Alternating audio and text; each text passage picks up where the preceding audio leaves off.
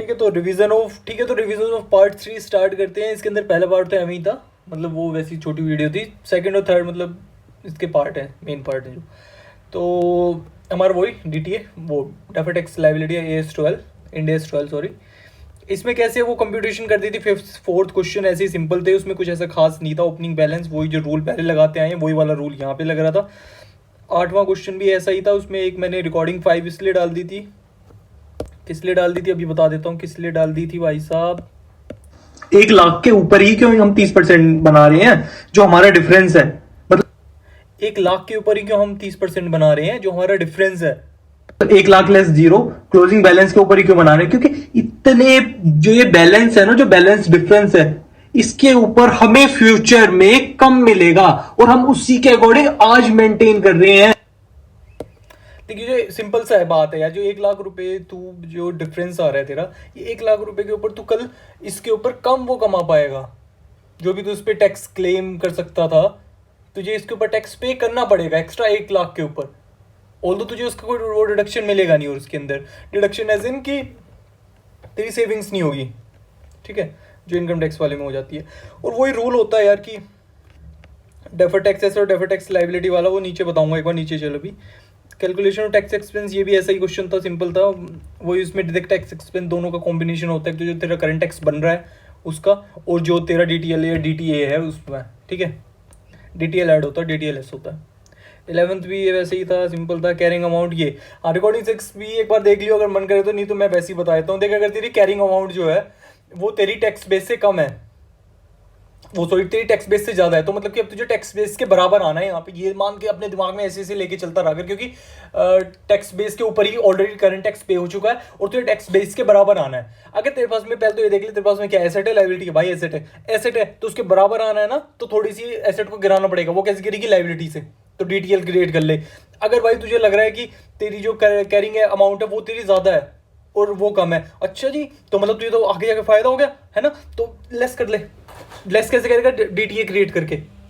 अगर current asset के तेरी करंट वो तेरी मतलब कम है, तो बराबर आने के लिए टैक्स बेस के तुझे ऐड करना पड़ेगा, ठीक है।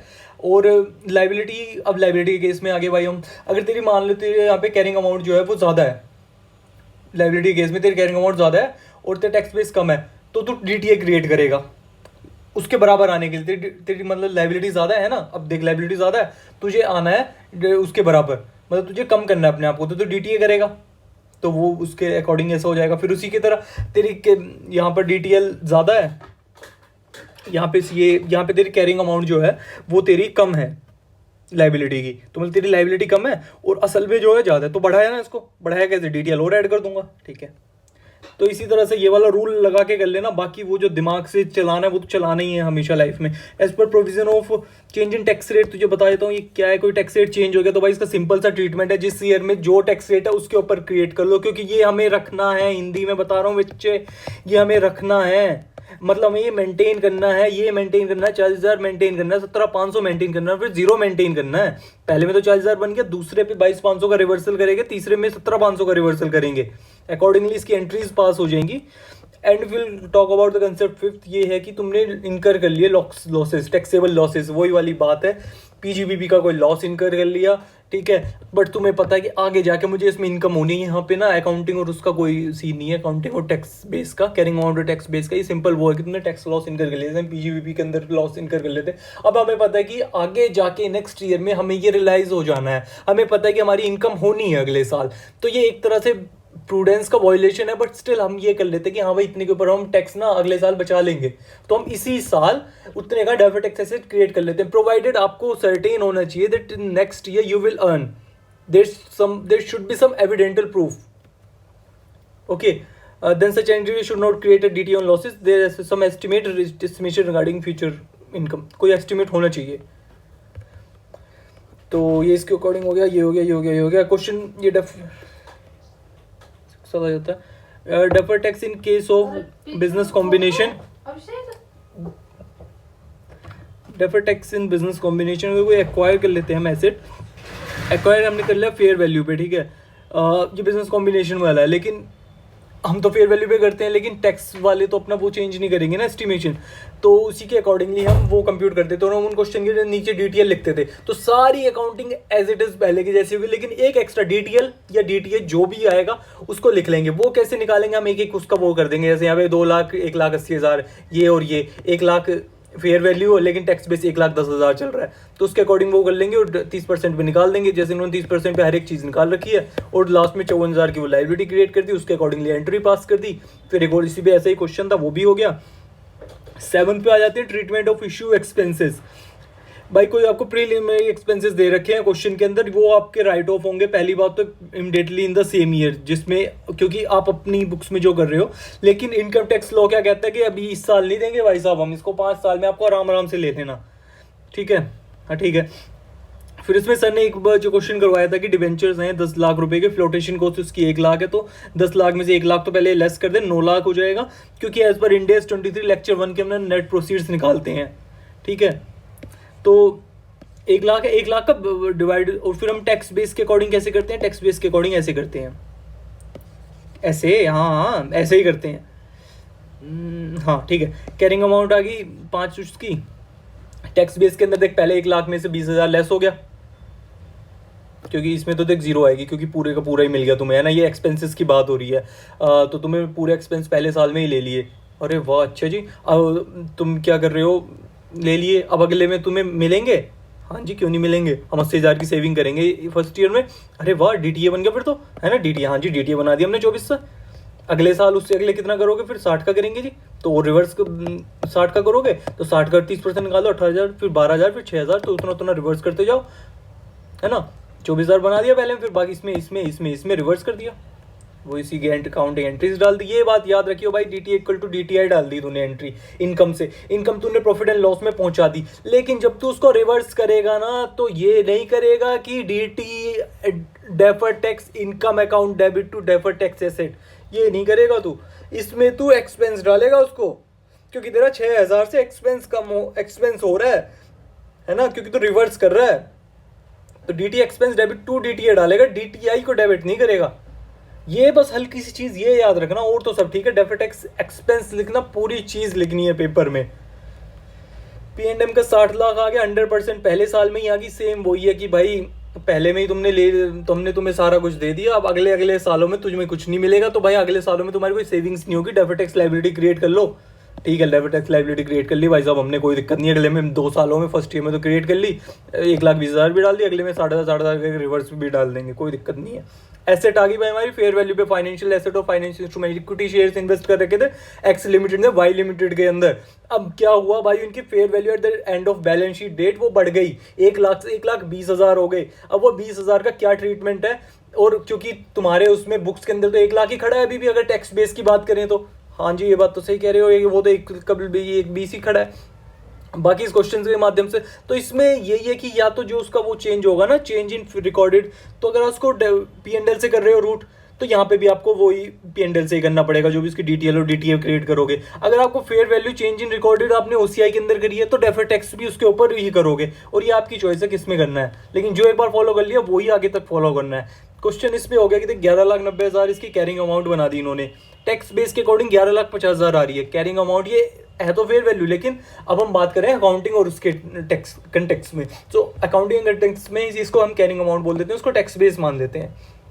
डिफरेंस हो गया, चल जाएगा। सर ने ये बोला है कि यार तुम 11,90,000 तुम इसको बेचने जाओगे तो 40,000 का तुम्हें फायदा होगा, ठीक है।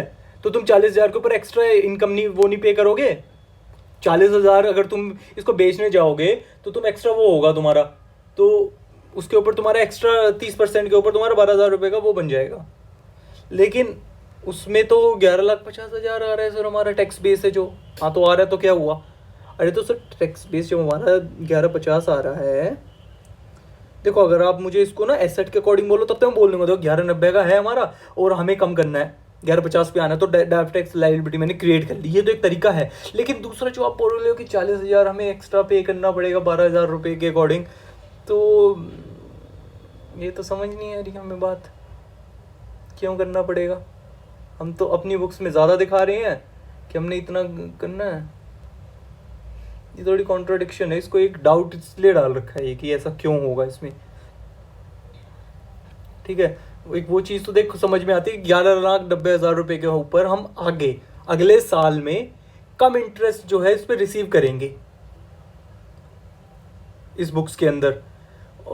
अगले साल में 11,50,000 रुपये के ऊपर हम कम वो करेंगे, और तुम इसमें ज़्यादा लिख रहे हो, है ना। तो अगर आगे तुम कम रिसीव करोगे,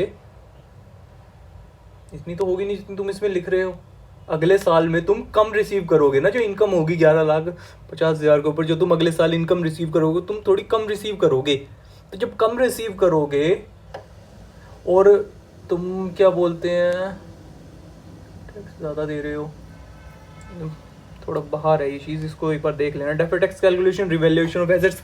रिवैल्यूएशन ऑफ एसेट भाई हो गई आपके, ओरिजिनल कॉस्ट थी 10 लाख रुपए, सालवेज वैल्यू 50,000 हो गया, एस्टिमेशन ऑफ लाइफ 20 साल हो गया, मेथड ऑफ डेप्रिसिएशन SLM लगा दिया। आफ्टर 7 साल पता लगता है कि 20% से इंक्रीज हो गई है रिलायंस, तो इसका वही बता दिया था सर ने कि एक ही तरीका है भाई, जो एक्स्ट्रा है ना उसको OCI से ही ट्रीटमेंट होगा हमारा। और ये हमने इसका कोई और इंडेस भी था जिसमें हम इसकी डीलिंग करते हैं, वहाँ पे भी हम उसको OCI में ही डालते थे। तो रीमेजरमेंट हो रहा है, 10 लाख के ऊपर 7 साल से निकाल दिया, ये अमाउंट आ गई 6,60,000 से ये 3,50,000, इसके ऊपर क्रिएट कर दी लाइबिलिटी, क्योंकि फ्यूचर के ईयर में आप कम डेप्रिसिएशन क्लेम कर सकोगे। कम डेप्रिसिएशन क्लेम कर सकोगे मतलब कि हायर इनकम होगी, मतलब हायर इनकम होगी आगे जाके आपकी इनकम ज़्यादा होगी कि as per DTL, as per tax laws, तो वो आपको एक्स्ट्रा ज़्यादा पे करना पड़ेगा, और अपनी बुक्स में आप कम लिख रहे हो।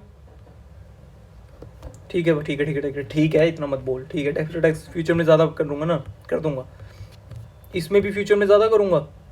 इसमें तो वो चीज़ कॉन्ट्राडिक्ट कर रही है ना, वो है ही नहीं ये चीज़, इसको ना हर जगह नहीं लगेगा, वो समझनी पड़ेगी वो चीज़ है क्या। Calculation revaluation surplus and deferred taxes वो निकाल दिया, plant and machine revaluation, OCI account debit to DTL deferred tax liability से हमने अमाउंट क्रिएट कर दी।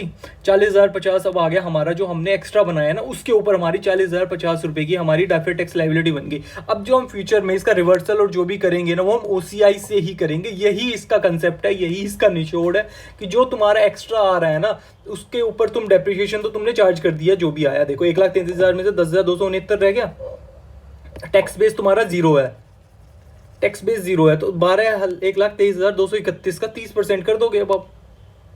हाँ जी सही कह रहे हो। तो 40,050 तुमने पहले साल रिकॉर्ड कर रखी थी, उससे अगले साल तुमने इतने से रिड्यूस करनी पड़ेगी, 36,969 बनानी पड़ेगी, तो 36,969 बढ़ानी पड़ेगी, तो मतलब कि तीन उससे रिवर्स करनी पड़ेगी। तो deferred tax liability account debit to वो जो भी OCI। और फिर उसमें एक और बात बता रखी कि deferred tax revaluation will be डेट under OCI because revaluation surplus is disclose under OCI। ये OCI के अंदर ही डिस्क्लोज होता है, इसलिए इसका वो भी वहीं पर ही होगा। प्रेजेंटेशन डिस्क्लोजर्स आ गए, वो यार सिंपल से हैं कि तुमको उसको P&L के अंदर नेट करके दिखा सकते हो, बैलेंस शीट में भी तुम नेट करके दिखा सकते हो, लेकिन ब्रेकअप जो दिखाना है वो दिखाना पड़ेगा टैक्स एक्सपेंस का। और उसमें दो चीज़ें आ जाती हैं करंट टैक्स में और डेफर्ड टैक्स में। डेफर्ड टैक्स के अंदर ये दिखाना पड़ेगा डेफर्ड टैक्स कितना है और डेफर्ड टैक्स इनकम कितनी है। फिर डेफर्ड टैक्स एक्सपेंस के अंदर तुम्हें ये बताना पड़ेगा 2 पार्ट में कि एक्सपेंस ड्यू न्यू DTL और उसमें से जो भी तुमने नया एक्सपेंस DTL में रिकॉर्ड किया वो, और रिवर्सल कितना किया, और इसके अंदर न्यू DTA कितना किया और उसमें रिवर्सल कितना किया।